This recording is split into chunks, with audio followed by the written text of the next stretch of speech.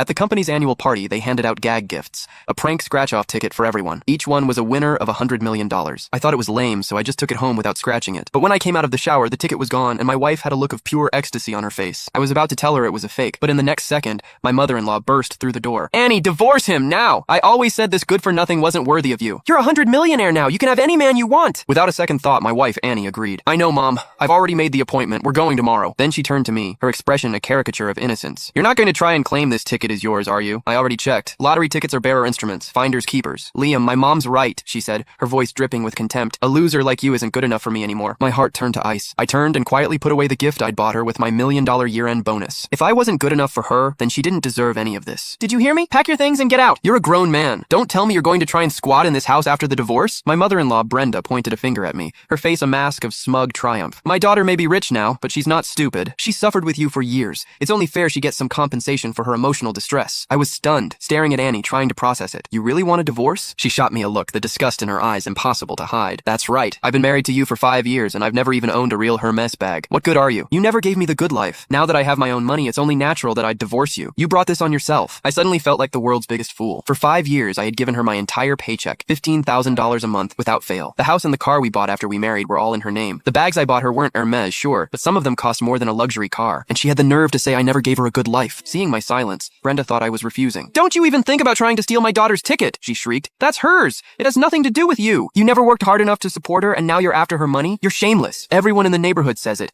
that Annie married a freeloader." And they were right. Annie turned away. "Mom, stop. It's embarrassing just talking about it." They had no idea. The company had just promoted me to general manager, with a 5% stake in the business. If it weren't for this, Annie would have been set for life, the wife of a very wealthy man. But now it seemed fate had other plans for her. I looked at them, a cynical smile on my face. "The company gave me that ticket at the party. All of my colleagues can vouch for it." Annie clutched her pocket protectively and then kicked my shin. "Are you that desperate for money? Have some dignity, Liam. The ticket belongs to whoever holds it." Just then, another figure burst through the door. He swept Annie up into a hug. "Annie, is it true? Did you really win $100 million? It was my best friend Dylan. He'd given me so much advice when I was trying to win Annie over. I never imagined he would be holding her in his arms, right in front of me. And Annie, the moment she thought she was rich, had called him first. It was obvious what was going on between them. Annie dropped the act. She wrapped her arms around Dylan's neck. "It's true, Dylan. From now on, how about I take care of you? Dylan, I think you're my good luck charm. It must be because you kissed me today. That's why I won. So really, you deserve a share of this prize money." My head was spinning. The ticket was stolen from me, so my luck had nothing to do with it. But Dylan cheats with my wife, kisses her, and he gets a cut. The sight of them made my stomach churn. I remembered the first time I saw her, feeding stray cats. I was so drawn to her kindness, her innocence. I pursued her for 3 years, and I cherished her. A few years ago, when the company was struggling, I felt so guilty that I couldn't afford to buy her a nice gift with a bonus. Now I finally had $1 million bonus to give her, and a single fake lottery ticket had shown me just how pathetic my devotion had been. You can find the full story in my bio. It's free.